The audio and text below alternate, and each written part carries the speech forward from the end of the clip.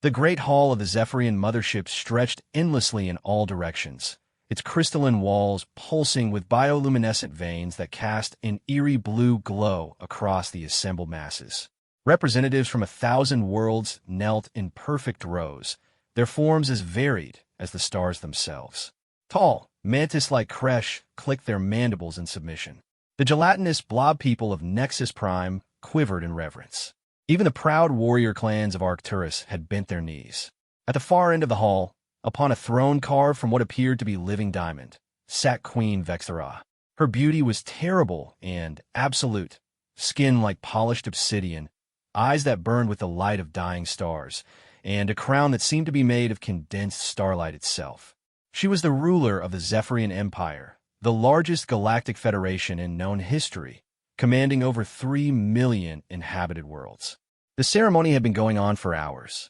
One by one, planetary leaders approached the throne, placed their foreheads to the cold crystal floor, and pledged their eternal loyalty to the queen. The ritual was ancient, sacred, and absolutely mandatory for all who wished to remain part of civilized space. Next, announced Prime Minister Kellen, a thin creature with 4 arms and skin like tree bark. His voice echoed through the vast chamber with mechanical precision. From a human delegation stepped forward Captain Marcus Chun, Earth's military representative. He was a weathered man in his 50s, with graying hair and scars that told stories of countless battles. Behind him walked Lieutenant Sarah Rodriguez, young and fierce, with eyes like burning coals and a jaw set in determination that would have worried anyone who knew her well. Marcus approached the throne with measured steps. The weight of Earth's future pressed down on his shoulders. Humanity was still new to the galactic stage, having only achieved faster-than-light travel 50 years ago. They were outnumbered, outgunned, and desperately in need of the protection and trade agreements that came with membership in the Zephyrian Empire. As protocol demanded, Marcus dropped to one knee, then prostrated himself fully before the alien queen.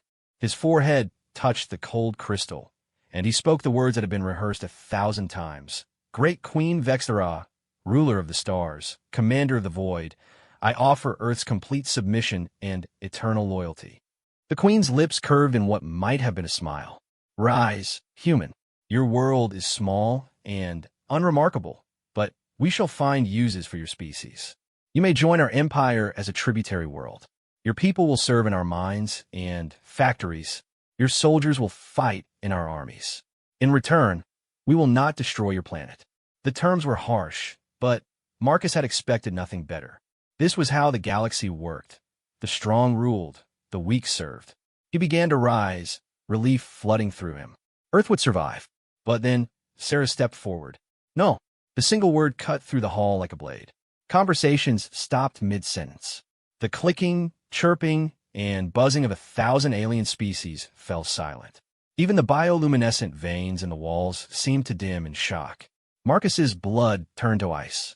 Sarah, don't. I said no, Sarah repeated, her voice carrying clearly through the vast space. She stood tall, shoulders back, chin raised in defiance. Earth will not bow to you or anyone else. Queen Vexthera's beautiful face transformed. Her star-bright eyes flared with fury, and when she spoke, her voice carried the promise of death itself. How dare you, human? The queen rose from her throne, and, as she did, the very air around her began to crackle with energy. Her skin took on an even darker hue, and shadows seemed to gather at her feet like living things. This was why the Zephyrians ruled the galaxy. Their queens possessed powers that defied understanding. Do you know who I am? Vexthera continued, her voice now echoing with supernatural resonance. I am the destroyer of the Sontaran fleet. I am the one who turned the gas giant Colossus into a star just to prove a point. I have crushed rebellions on 10,000 worlds. And you insignificant speck of flesh from a backwater world, dare to tell me no? Sarah didn't flinch. If anything, her stance became more defiant. I know exactly who you are. I also know what you're offering Earth, slavery with extra steps. We didn't fight our way to the stars just to kneel before another tyrant.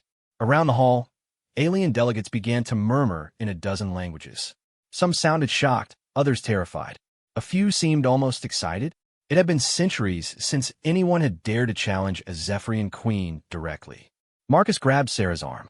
"Lieutenant, that's an order. Stand down." Sarah shook him off gently, but firmly. "With respect, sir, I can't do that. I took an oath to protect Earth and humanity. That means all of humanity's freedom, not just their lives." Queen Vexthera descended from her throne, each step causing the crystal floor to ring like a bell. Her power was growing stronger, more visible. The air around her had become a swirling vortex of darkness and light. "You speak of freedom, little human. Let me show you the price of such foolishness." The queen raised her hand, and Sarah felt an invisible force slam into her chest. She was lifted off her feet and thrown backward, but somehow managed to roll and come up in a crouch. Her hand instinctively went to the plasma sidearm at her hip, a weapon that would be utterly useless against a being like Vexthera, but her training was hard to override. "Impressive," the queen said, genuine surprise in her voice. "Most beings are killed outright by that much force. Your species has potential after all. Perhaps I will keep you as a pet instead of having you executed immediately." Sarah slowly stood up, wiping blood from the corner of her mouth. "The only thing I'll be is your nightmare." The threats meant nothing to her. She had grown up in the slums of Detroit after the water wars, had fought her way through military academy despite being told women couldn't be real soldiers, and had survived 3 separate alien first contact scenarios that had gone sideways. Fear was an old friend, but it had never controlled her. Queen Vexthera's eyes narrowed. "You cannot comprehend what you are dealing with, child. I have destroyed entire star systems in fits of temper. What makes you think one human can stand against me?" "Because," Sarah said, her voice steady and clear, "that's what humans do. We stand up to bullies, no matter how big they are. We've been doing it for thousands of years on our own planet, and we're not about to stop now that we've reached the stars." The queen's laughter was like breaking glass. "Your species' reputation precedes you. Yes, we know of humanity's peculiarities. Your tendency toward irrational bravery in the face of overwhelming odds. Your refusal to accept defeat even when logic demands it. Some of my advisors find it amusing. I find it irritating." "Then, you're going to hate what comes next," Sarah replied. The hall held its breath. Even the alien delegates, many of whom had never seen anything like this, could sense that something momentous was about to happen. This wasn't just one being defying another. This was a challenge to the very order of the galaxy itself. Queen Vexthera's power reached its peak, and she spoke with the voice of the void itself. "Then, let us settle this matter permanently. You wish to protect your species? Very well. I challenge you to single combat. When you lose, and you will lose, your entire planet will suffer the consequences of your arrogance." Sarah's heart hammered her chest, but her voice remained steady. "And when I win, you won't. But if I do," the queen's smile was cruel, "then I suppose we would need to renegotiate Earth's terms of membership." Around the hall, the alien delegates began to whisper more urgently. A formal challenge between a Zephyrian queen and a member species? Such a thing hadn't happened in over 1,000 years. The legal and political implications were staggering. Marcus stepped forward desperately. "Your Majesty, please. Lieutenant Rodriguez is young and doesn't understand the consequences of her actions." "Surely we can. The challenge is accepted," Sarah interrupted, her eyes never leaving the queen's face. "When and where?" Queen Vexthera's smile grew wider. "Right here, right now." The massive hall began to reconfigure itself. The crystal walls shifted and flowed like liquid, creating an arena in the center of the space. The alien delegates moved back, giving the combatants room while maintaining perfect views of what was certain to be a very short fight. Sarah began to remove her dress uniform jacket, revealing the combat gear underneath. She had come to a diplomatic ceremony prepared for war, a very human thing to do. "Sarah," Marcus whispered urgently, "you can't possibly win this. She has powers beyond anything we understand." "Maybe," Sarah admitted, checking her equipment. "But I'm going to give her a fight she'll never forget." As the arena finished forming around them, Queen Vexthera floated gracefully to the center, her feet no longer touching the ground. Dark energy crackled around her like living lightning. Sarah walked to face her, Just a human being with standard military gear against a force of nature that had conquered half the galaxy. Last chance to kneel, little human, the Queen called out. Sarah's response was to draw her plasma rifle and check the power cell. You first. The battle for Earth's freedom was about to begin. The arena's crystal floor gleamed under the strange alien lights as Sarah Rodriguez faced down the most powerful being in the known galaxy. Queen Vextera floated 3 feet off the ground, dark energy writhing around her like hungry serpents. The alien delegates pressed closer to the barrier walls, their various forms of communication creating a cacophony of clicks, whistles, and electromagnetic pulses. You have 10 seconds to reconsider, the Queen announced, her voice echoing with unnatural power. Kneel now, and I will grant your species a quick death instead of the prolonged suffering I had planned. Sarah's response was to raise her plasma rifle and fire. The bolt of superheated energy struck Queen Vextera center mass and simply disappeared. The Queen hadn't moved, hadn't even bothered to block. The plasma had been absorbed into the swirling darkness around her like a droplet of water into an ocean. Impressive weapon, Vextera commented casually. That blast could have vaporized a small building. Unfortunately for you, I am neither small nor a building. The Queen gestured almost lazily with one hand, and Sarah felt the air around her suddenly become as thick as molasses. She tried to move, but found herself trapped in what felt like invisible amber. The Queen's telekinetic powers were beyond anything in human understanding. Let me show you the difference between us, Vextera said, floating closer. You see, little human, your species thinks in terms of physics and chemistry. You build weapons that exploit natural forces. Very clever, very practical. But you have no understanding of what lies beyond the physical realm.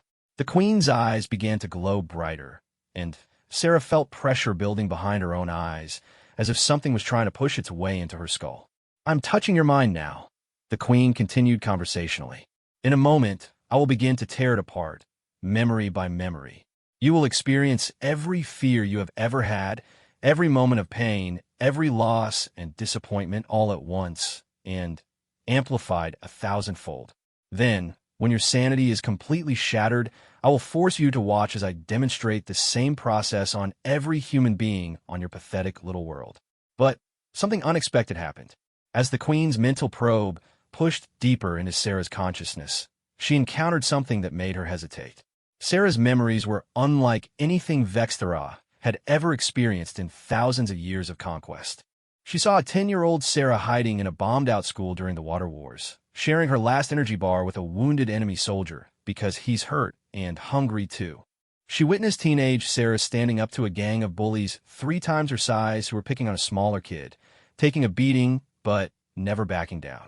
She observed Lieutenant Sarah Rodriguez volunteering for the most dangerous missions repeatedly, not out of bloodlust or glory-seeking, but because someone had to do it, and she couldn't ask others to face risks she wouldn't face herself.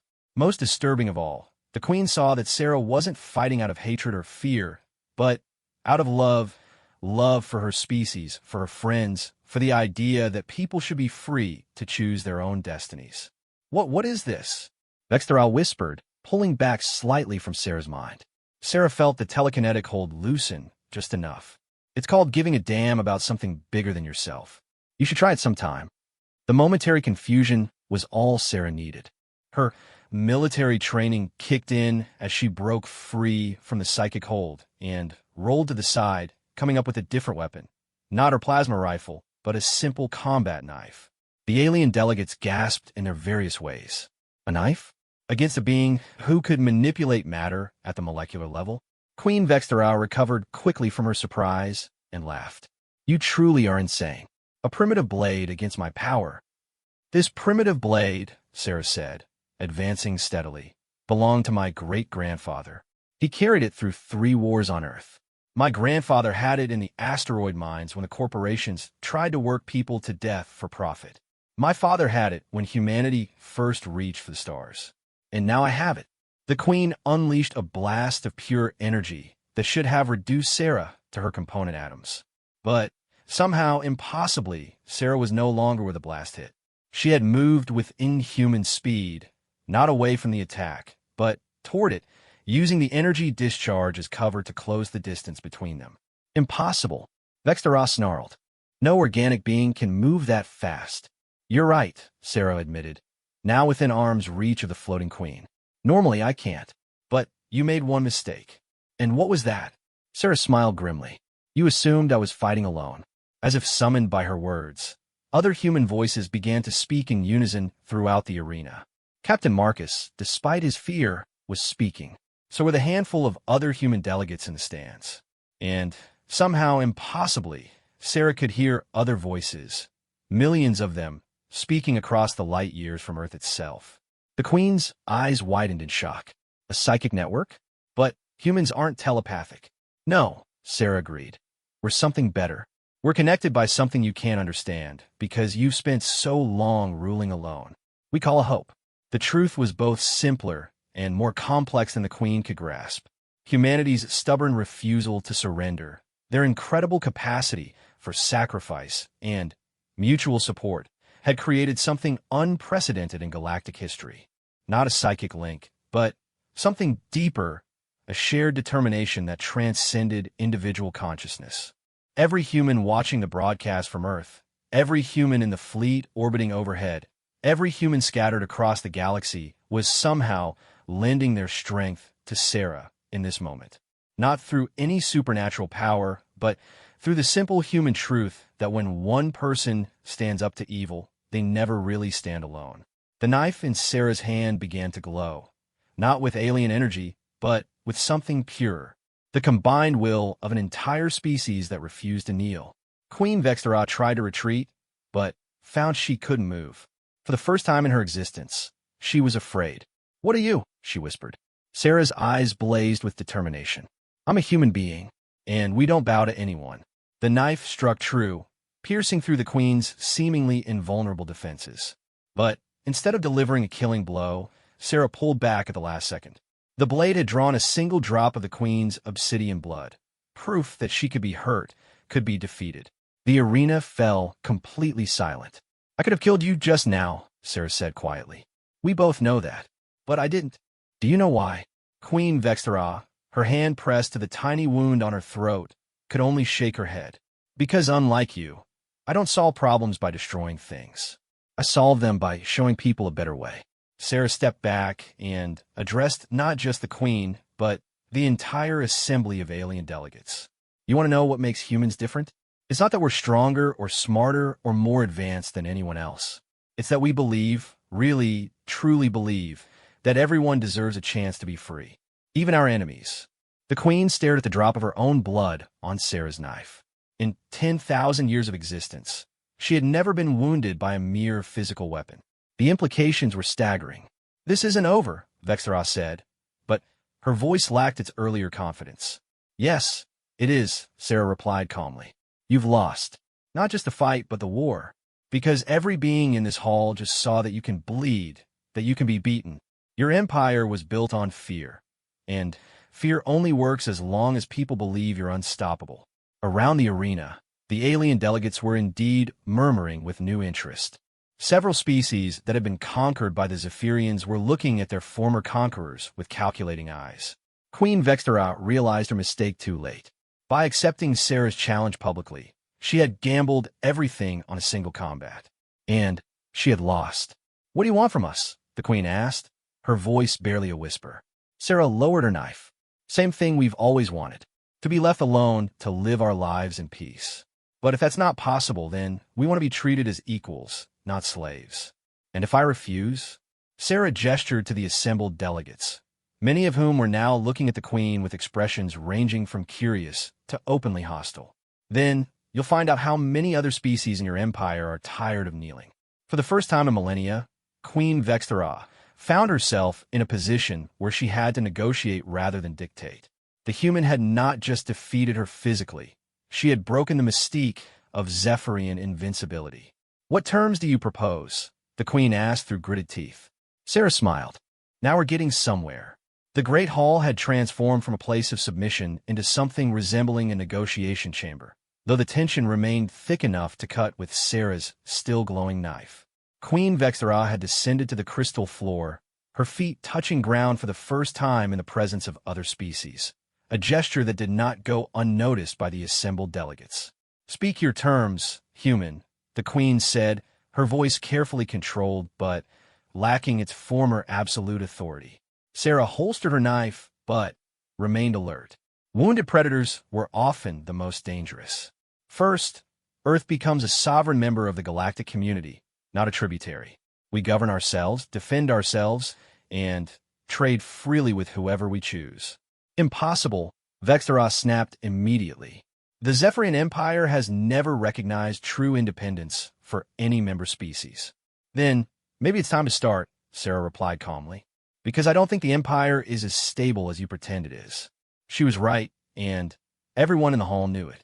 Around a massive chamber, delegates from dozens of conquered worlds were watching this exchange with growing interest. The mantis-like Kresh were clicking their mandibles in what Sarah's briefings had told her was excitement. The blob people of Nexus Prime were changing colors rapidly, their equivalent of animated conversation. Even the proud Arcturians, who had fought the Zephyrians for 50 years before surrendering, were straightening their shoulders with something that looked suspiciously like renewed hope. Captain Marcus stepped forward, trying to salvage what he could from the situation. "Perhaps we could discuss a more gradual transition." "No," Sarah interrupted gently, but firmly. "Captain, with respect, gradual transitions are how tyrants stay in power. They make small concessions that can be easily reversed when no one's looking." Queen Vextaraz's eyes flashed dangerously. "You dare call me a tyrant?" "If the crown fits," Sarah shrugged. "You literally just offer to make my entire species into slaves." "What would you call that?" Before the queen could respond, an unexpected voice cut through the tension. It came from the Kresh delegation, a tall, mantis-like being with iridescent green carapace, and for arms. "The human speaks truth," the Kresh delegate announced, its voice carrying the clicking undertones of its species. "I am Ambassador Zixthak of the Kresh Collective. For 300 years, my people have served in Zephyrian mining operations, dying by the millions in toxic environments, while our homeworld's resources are stripped away. We too demand sovereignty." The queen whirled toward the Kresh delegation, her power beginning to build again. "You forget your place, insect." "No," Ambassador Zixthak replied, standing taller. "I remember my place, and is not on my knees." The Kresh delegate looked directly at Sarah and performed what her briefings had described as a formal salute of respect among his people. "The human warrior has shown us that the queen bleeds. If she bleeds, she can be defeated." A ripple of agreement passed through the hall. The blob people began making harmonious sounds that translated to support. Several other delegations were standing now, their body language shifting from submission to something much more dangerous to the established order. Queen Vextara realized she was facing something far worse than a single rebellious human. She was looking at the beginning of a galactic revolution. "This is treason," she declared, her voice echoing with supernatural power. "I could destroy every one of you where you stand." "Could you?" asked another voice, this one from the back of the hall. The speaker was tall and elegant, with pale blue skin and silver hair that seemed to flow like liquid mercury. The other delegates immediately gave way as she approached. This was Ambassador Narration of the Ethereal Consortium, representatives of some of the oldest and most advanced civilizations in the galaxy. "The Ethereals have been watching this exchange with great interest," Narration continued, her voice like wind chimes in a gentle breeze. "We have maintained neutrality in galactic affairs for millennia, but recent events have been illuminating." Queen Vextara's expression grew wary. The Ethereals were one of the few civilizations that the Zephyrian Empire had never dared to challenge directly. Their technology was centuries ahead of anyone else's, and their few military interventions throughout history had been devastating in their efficiency. "The Ethereals have no business in this matter," Vextara said carefully. "On the contrary," Narration replied with a smile that was beautiful and terrifying. "We have been waiting for someone to demonstrate that organic beings could evolve beyond the need for despotic rule. The humans have shown remarkable promise in this regard." Sarah felt a chill run down her spine. She was beginning to realize that she had stumbled into something much larger than Earth's independence. She had apparently triggered some kind of galactic power shift that had been building for centuries. "What exactly are you saying?" Sarah asked. Lyrishin turned her ageless eyes toward the human warrior. We are saying that the ethereal consortium will recognize Earth sovereignty and offer full technological partnership. We are also saying that any species that chooses to break free from Zephyrian rule will be welcome to join a new galactic alliance, one based on cooperation rather than conquest. The hall erupted. Dozens of delegations began speaking at once in their various languages. Some sounded excited, others fearful, but all seemed energized by the possibilities that were suddenly opening up. Queen Vextara's face went through several shades of dark emotion. You're talking about destroying an order that has maintained peace for 10,000 years. Peace? Sarah laughed, though there was no humor in it. You call slavery peace? You call strip mining entire worlds peace? Lady, I've seen your idea of peace, and it looks a lot like oppression from where I'm standing. The strong have always ruled the weak, the queen snarled. That is the natural order of things. No, Sarah replied firmly. That's the convenient order of things. For you. She turned to address the entire assembly, her voice carrying clearly through the vast space. Every species here has something to offer the galaxy. The Kresh are incredible engineers. They build things that last for millennia. The Blob people are natural chemists who can synthesize compounds we can't even pronounce. The Arcturians are warriors with honor codes that put most civilizations to shame. Even humans bring something to the table. We're stubborn enough to stand up to bullies and crazy enough to think we can actually win. Sarah gestured toward Queen Vextara. But her? What does she actually contribute? Fear? Death? Strip mining? That's not civilization. That's just organized crime on a galactic scale. The Queen's power erupted outward in a wave of dark energy that should have reduced everyone in the hall to dust.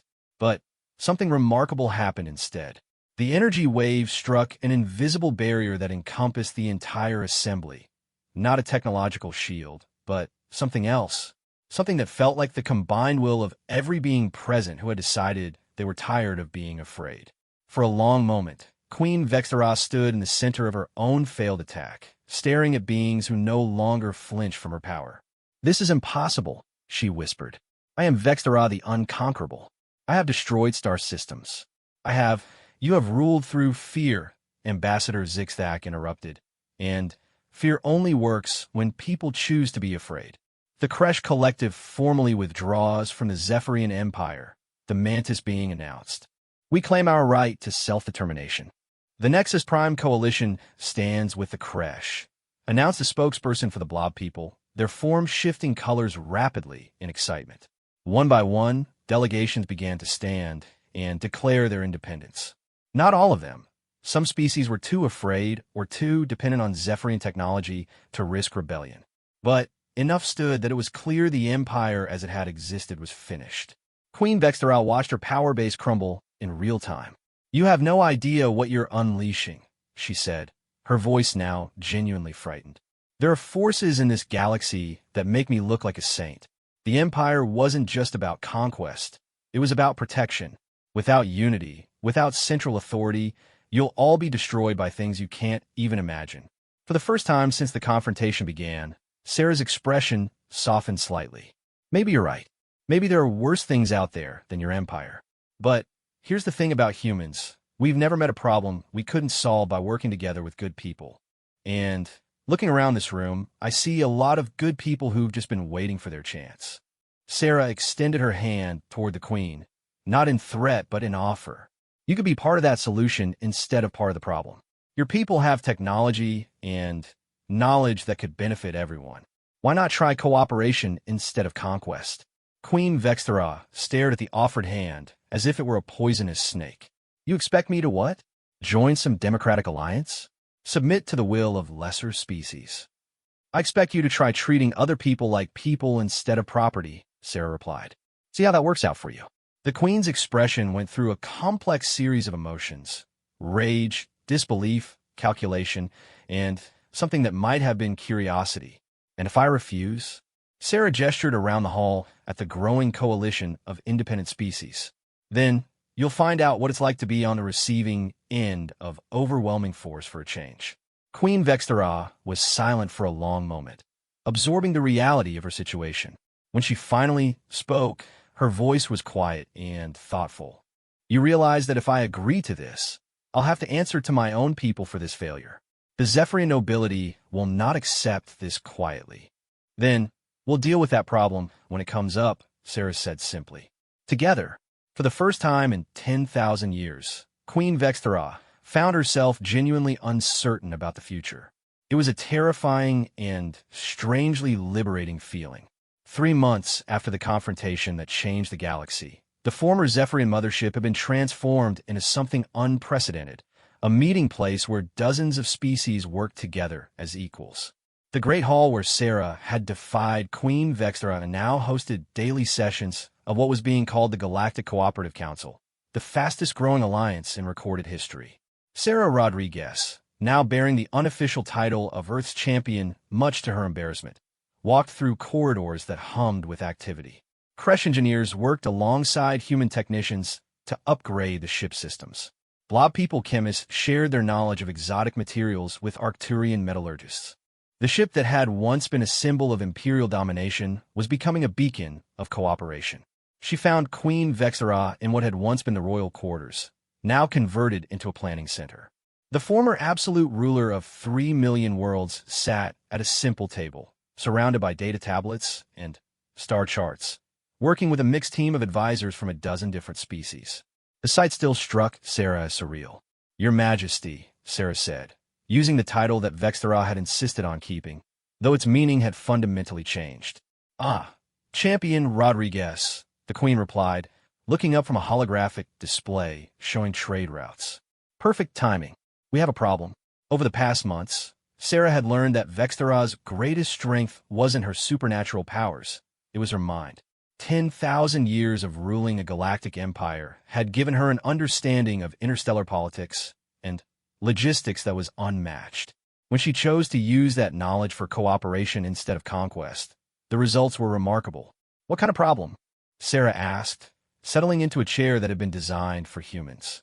The Queen's quarters now contained furniture for a dozen different alien anatomies. "The kind that might prove my warnings about worse threats were justified," Vexthera said grimly. She gestured to the holographic display, and it zoomed out to show a section of the galaxy's outer rim. Long-range sensors are detecting something approaching from dark space. Something big. The display showed a massive signature moving between star systems at impossible speeds. Whatever it was dwarfed even the largest Zephyrian dreadnoughts. "How big is big?" Sarah asked, though she had a feeling she didn't want to know the answer. "Approximately the size of Earth's moon," replied Dr. Kexval, a Creche scientist who had become the cooperative's chief of intelligence. "But the energy readings suggest it's not a natural object." Sarah felt her blood chill. "A ship? Something that size?" "That would be the optimistic interpretation," Vexthera said darkly. "I'm afraid the reality is likely worse." She manipulated the display to show historical records, ancient Zephyrian databases that dated back millennia. "This is why I built the Empire," the Queen continued, her voice heavy with old memories. "Not just for conquest, though I'll admit that became an end in itself. But originally, it was for protection. You see, Sarah, my people weren't always the dominant force in this galaxy. 10,000 years ago, we were just another species struggling to survive against something called the Devourers." The historical display showed images that made Sarah's skin crawl. Massive biomechanical entities that moved from system to system, stripping worlds of all life and converting the organic matter into fuel for their own growth. Entire civilizations had simply vanished, leaving behind empty planets scoured clean of anything that had ever been alive. The Devourers consumed over half the galaxy before the various species finally united under Zephyrian leadership, Vexthera continued. "We managed to drive them back beyond the galactic rim, but we could never destroy them completely. They've been out there for 10,000 years, growing, evolving, waiting. And you think that's what's coming back now?" Sarah asked, studying the energy readings with growing dread. "The signature matches what our ancestors described," Dr. Kexval confirmed. "But it's much larger than anything in the historical records. If these readings are accurate, this single entity has more biomass than a dozen star systems." Sarah stood up and began pacing, a human habit she'd never been able to break when faced with impossible problems. "Okay, so we have a galaxy-sized horror movie monster heading our way. What are our options? Flee to another galaxy, suggested Admiral Toxmaron of the Arcturian Defense Fleet, who had been silent until now. My ships are fast. We could evacuate the core worlds before. No, Sarah interrupted firmly. We don't run. We figure out how to fight. Vextra looked at her with something that might have been admiration. Even now, faced with a threat that destroyed countless civilizations, your first instinct is to stand and fight. It's what humans do, Sarah replied with a shrug. Besides, someone has to. If we run, who's going to stop this thing from chasing us to the next galaxy? The Queen smiled. Not her old predatory smile, but something warmer. This is why my empire was doomed, you know? I ruled through fear because I was afraid. Afraid of the Devourers returning. Afraid of losing control. Afraid of appearing weak. But you face the unknown with curiosity instead of terror. Trust me, I'm terrified, Sarah admitted. I'm just too stubborn to let that stop me. She turned to the assembled advisors. What do we know about how the Devourers were beaten before? Dr. Kexval pulled up more historical records. According to the archives, it required the combined fleets of over 1,000 species, unified under a single command structure. The final battle lasted for 3 years and resulted in the destruction of 17 star systems. And that was against multiple smaller entities, Vextra added. This appears to be a single massive organism that has incorporated all of their previous biomass. Sarah studied the data, her mind racing through possibilities. What about their weaknesses? Everything has weaknesses. The historical records suggest they're vulnerable to certain energy frequencies, the Queen replied. But the weapons that generated those frequencies were destroyed along with the worlds that built them. We have to reinvent the technology from scratch. Then, that's what we do, Sarah said decisively. How long do we have?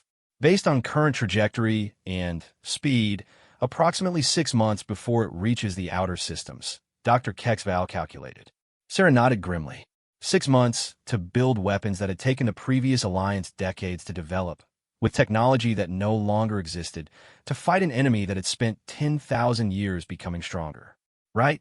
She said, rolling up her sleeves. Let's get to work. Admiral Toxmiron looked incredulous. Champion Rodriguez, surely you understand the impossibility of what you're suggesting. We're talking about recreating lost technologies while facing an enemy that has grown beyond all previous scale. Yeah, I get that, Sarah replied. But here's the thing. Impossible is just another word for hasn't been done yet. Humans have been accomplishing impossible things for thousands of years. She turned to Queen Vextera. I'm going to need you to reach out to every species in the galaxy. Not just cooperative members, everyone. If we're going to survive this, we need every mind, every ship, every idea we can get. Even my former enemies? The Queen asked with raised eyebrows. Especially your former enemies, Sarah confirmed. They'll have the most motivation to see you fail, which means they'll be extra creative about finding solutions. Vextera actually laughed at that. You want to unite the galaxy by threatening me with humiliation if we fail. I want to unite the galaxy by giving everyone a reason to work together, Sarah corrected. Fear of a common enemy is a start, but it won't be enough. We need something more than that. Such as, Sarah gestured around the room at the mixed group of species working together. Hope. The hope that we can build something better together than any of us could build alone. Dr. Kexval looked up from his calculations. Champion.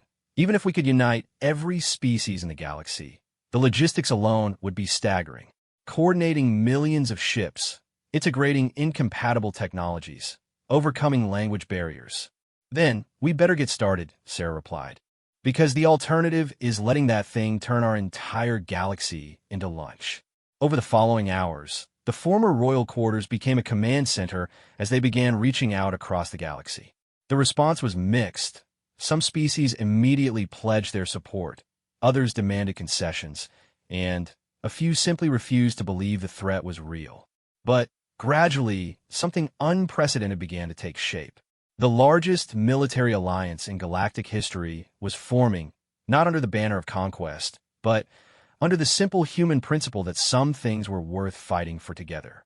As the communications arrays worked overtime to coordinate with distant worlds, Sarah found herself standing at the massive viewport, looking out at the stars. Somewhere out there, an ancient evil was approaching. But For the first time since the crisis began, she felt something other than dread. She felt the same thing her ancestors had felt when they looked up at those same stars and decided to reach for them. The uniquely human conviction that no matter how dark the night got, dawn was always possible if you were willing to fight for it. Queen Vextera joined her at the viewport. "Are you certain about this path, Sarah? If we fail, the consequences will be beyond imagining." Sarah smiled. "Your Majesty, if there's one thing humans have learned in our history, it's that the consequences of not trying are always worse than the consequences of failure. And if the odds are impossible, then we'll just have to make them possible," Sarah replied. "It's what we do." The final battle for the galaxy began not with the clash of fleets, but with silence.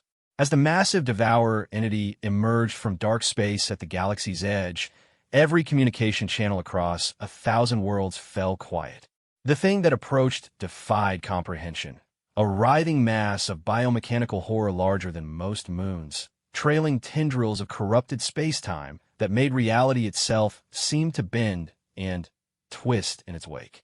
Sarah Rodriguez stood in the command center of what had once been Queen Vextera's mothership, now serving as the flagship for the largest military alliance in galactic history.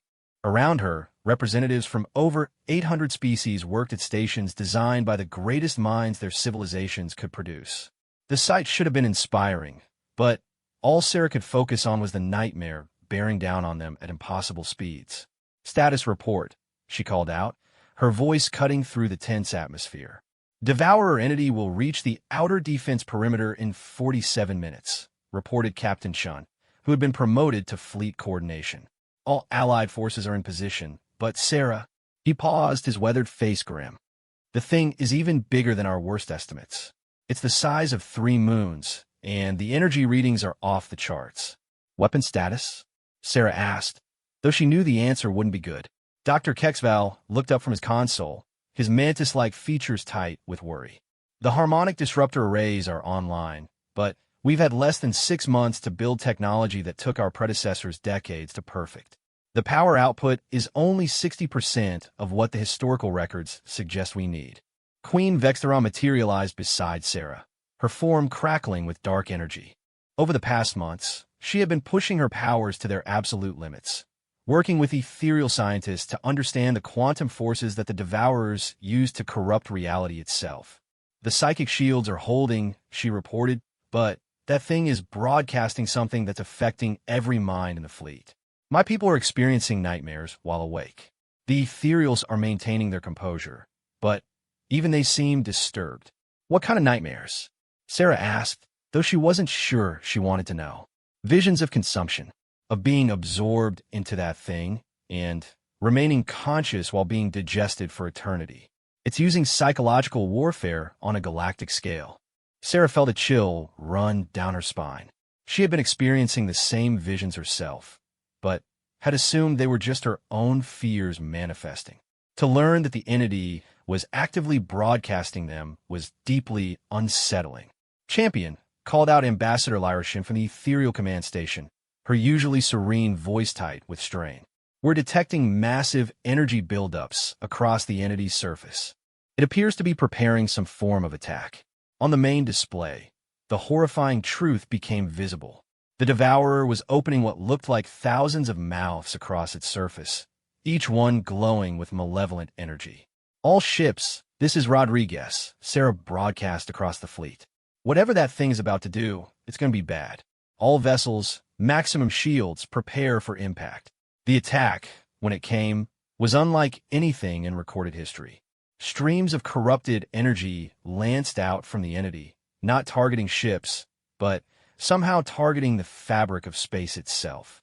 Where the beams struck, reality seemed to unravel, creating zones of chaotic physics where matter, energy, and time behaved according to alien rules.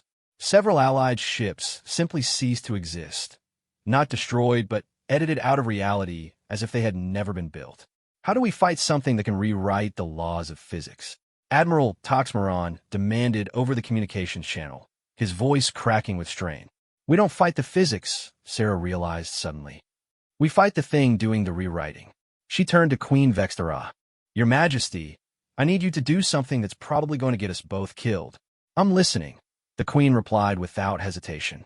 That thing is using some form of quantum manipulation to alter local spacetime. But quantum effects work both ways. If you can establish a psychic link with me, we might be able to use human stubbornness as a kind of quantum anchor. Dr. Kexval looked up sharply. Champion, human neural patterns are chaotic compared to most species. If you're suggesting what I think you're suggesting, I'm suggesting we try to outstubborn a force of nature, Sarah confirmed. It's worked for us before. Vextara's eyes widened as she understood the implications. You want to link your mind directly to mine, then project that connection toward the entity. Use our combined will as a weapon against its reality manipulation. Exactly. Think it'll work? It's completely insane, the queen replied, which, given our track record, suggests it might actually succeed. Around them, the Allied fleet was taking devastating losses. The harmonic disruptor arrays were having some effect.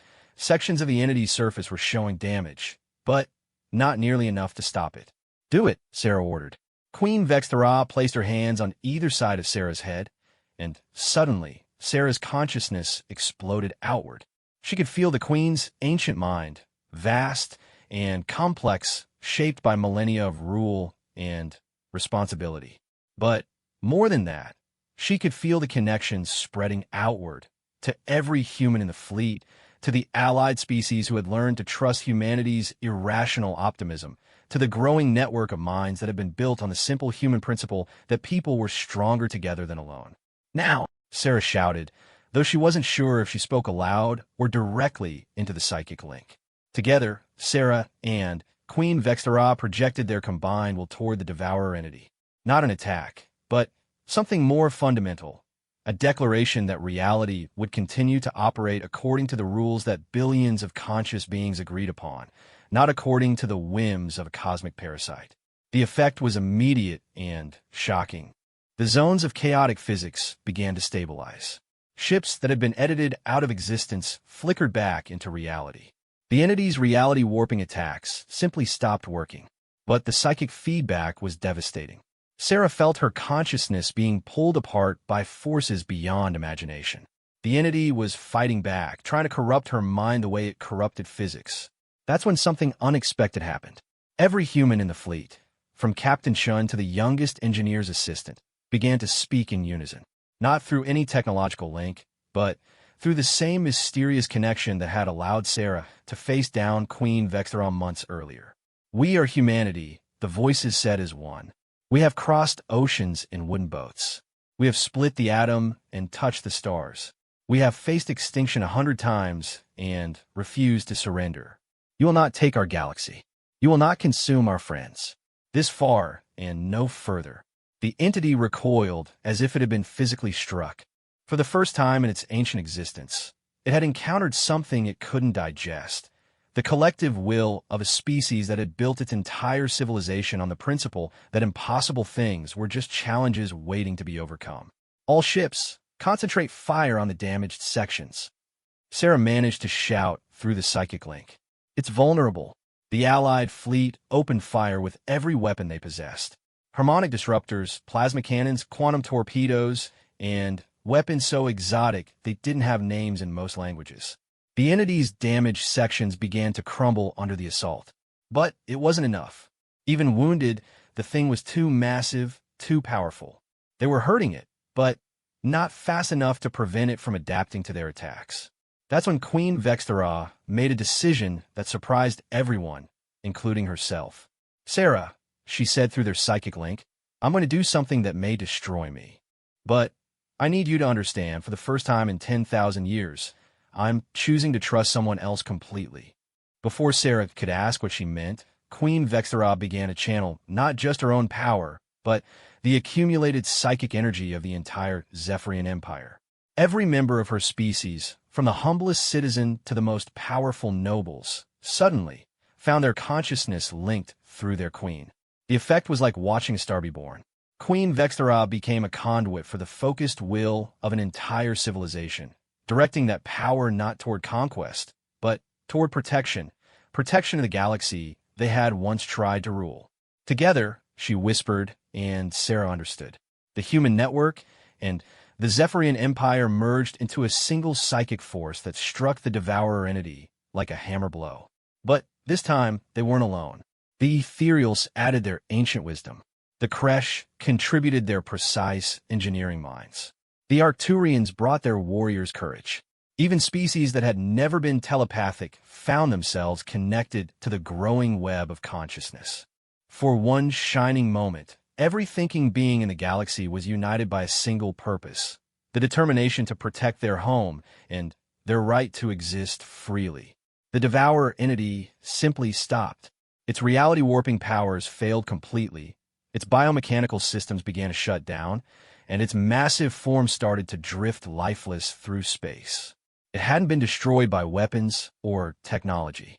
It had been defeated by something it couldn't understand or absorb: the collective determination of an entire galaxy that refused to be consumed. As the psychic links slowly faded and individuals regained their separate consciousness, Sarah found herself back in the command center, supported by Queen Vexthra, who looked somehow both exhausted and renewed. "Is it over?" Captain Chun asked quietly. Sarah looked at the massive dead entity on the display, then around the room at the representatives of dozens of species who had just shared the most intimate possible connection, their minds joined in common cause. "Yes," she said finally, "it's over." But even as she spoke, she knew that something new was just beginning. The galaxy had been changed by what they'd experienced together. The old ways of conquest and domination seemed petty and primitive compared to what they had accomplished through cooperation. Queen Vexthra straightened, her ancient eyes bright with possibilities. "You know, Sarah, I think I'm beginning to understand what you meant about building something better together." Sarah smiled, feeling the weight of responsibility and hope in equal measure. "Welcome to the human way of doing things, Your Majesty. Fair warning, it only gets more interesting from here." Outside the viewport, the stars shone with renewed promise, illuminating a galaxy where anything was possible if people were willing to stand together and refuse to surrender to the darkness. And in that moment, Sarah Rodriguez, the stubborn human warrior who had once refused to bow, realized that she had helped create something far greater than an empire or an alliance. She had helped birth a new age where the measure of civilization would not be how well you could conquer others, but how well you could lift others up. It was, she thought with satisfaction, a very human way to change the galaxy.